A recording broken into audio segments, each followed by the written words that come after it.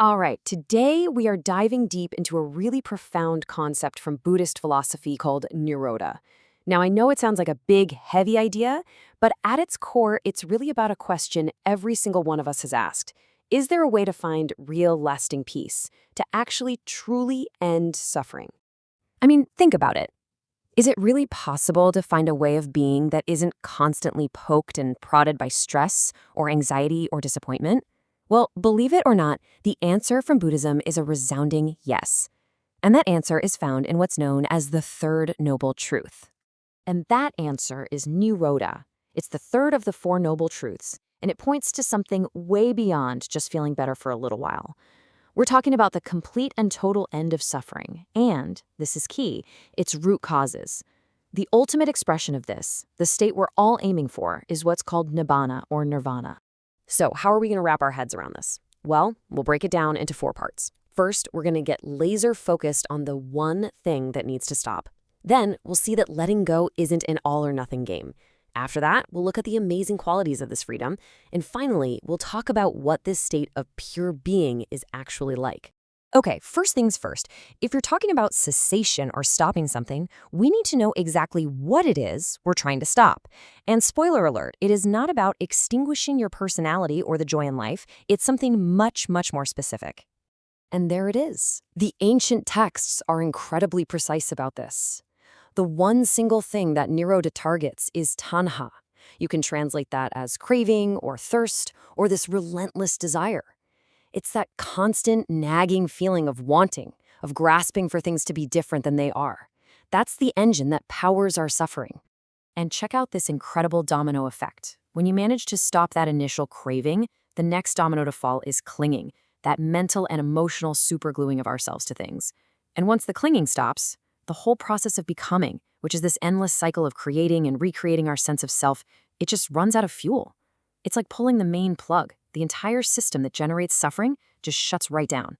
Okay, so you might be thinking, does this mean I have to just instantly extinguish every desire I have, or it's a total failure? Absolutely not. The teachings are way more practical than that. Turns out, this state of cessation can be experienced in different ways, at different levels. This table uses a fantastic analogy of a weed in a garden. Sometimes you can achieve a temporary kind of nirodha, which is like just pressing a weed down with a heavy stone. You can't see it, but it's still there. That's kind of what happens in really deep meditation. Then there's another temporary version, like planting a flower where the weed was. You replace it for a bit. But the real goal, the ultimate one, is to uproot that weed completely so it can never, ever grow back. That's permanent freedom. So the big takeaway here is that those little moments of peace you might feel maybe during a walk or listening to music or in meditation, they're not just random. You can think of them as little tastes, little previews of the ultimate, profound freedom that Nirodha is all about. It makes the whole thing feel a lot more real and achievable, doesn't it? Okay, so we've spent a lot of time talking about what gets removed, but this is where it gets really exciting. What's the state that's left behind? Nirodha isn't just an empty black hole. It's described with these really rich, positive, and beautiful qualities. Let's look at the 4 faces of this incredible freedom. First up is chaga. Now, this is so much more than just giving away stuff. It's an internal spirit of relinquishment. It's this deep, inner readiness to let go of everything. Our attachments, our stubborn opinions, our inner baggage. You could almost call it a generosity of the spirit. And building on that spirit, you have Patinisaga. The text described this beautifully as returning all things to nature. It's the actual act of releasing our claim of ownership over our own experiences. You see your thoughts, your feelings, your sensations, and you stop saying mine. You just hand them back to nature, letting them be. And what happens when you do that? You experience mukti. This is the state of release itself. It is a profound, deep freedom from all the things that keep us tied to the conditioned world. That endless hamster wheel of cause and effect that keeps us spinning in circles. This is finally getting off the ride.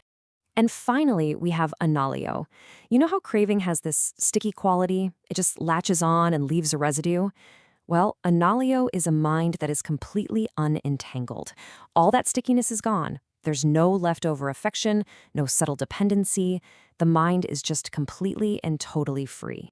So, When you put all of these pieces together, the end of craving and the arising of these incredible qualities of freedom, what do you actually get? Well, it's not a state of nothingness. It's more like a revelation. It's uncovering the mind's true original nature. And this is absolutely crucial, a really common misunderstanding. Cessation does not mean annihilation of you. It's the cessation of the mental junk, the greed, the anger, the confusion. The idea is that it's a return to the mind's natural, bright, pure state, the state that's always been there, just hidden under the clouds. This analogy just hits the nail on the head. Imagine suffering is like a chronic, low-grade fever that you've had for so long you don't even remember what it's like to feel healthy. Attaining nibbana is like the fever finally breaking. It isn't an empty state. It's a state of profound health, of deep peace and well-being, finally free from that constant inner agitation. And this isn't some magic button you press. It's a journey, a gradual process. As you can kind of see from this map here, the whole thing starts with understanding the basic principles. That leads to developing a really deep insight into how things are. And that insight naturally leads to letting go, to release, which ultimately results in the freedom of nibbana. Every step logically flows from the last. So after exploring this incredible state and the whole path to get there, we come all the way back to this one simple, incredibly powerful truth. All of it, the peace, the release, the freedom, the whole shebang, it all becomes possible by targeting and extinguishing that one single root, tanha, craving. So to bring this all home, let's make it personal. If this ultimate freedom is built on this simple practice of letting go, what's just one small thing? Maybe it's a nagging expectation, an old grudge, a tiny desire. What's one thing you could practice releasing today? It's a really powerful place to start. Thanks for exploring this with me.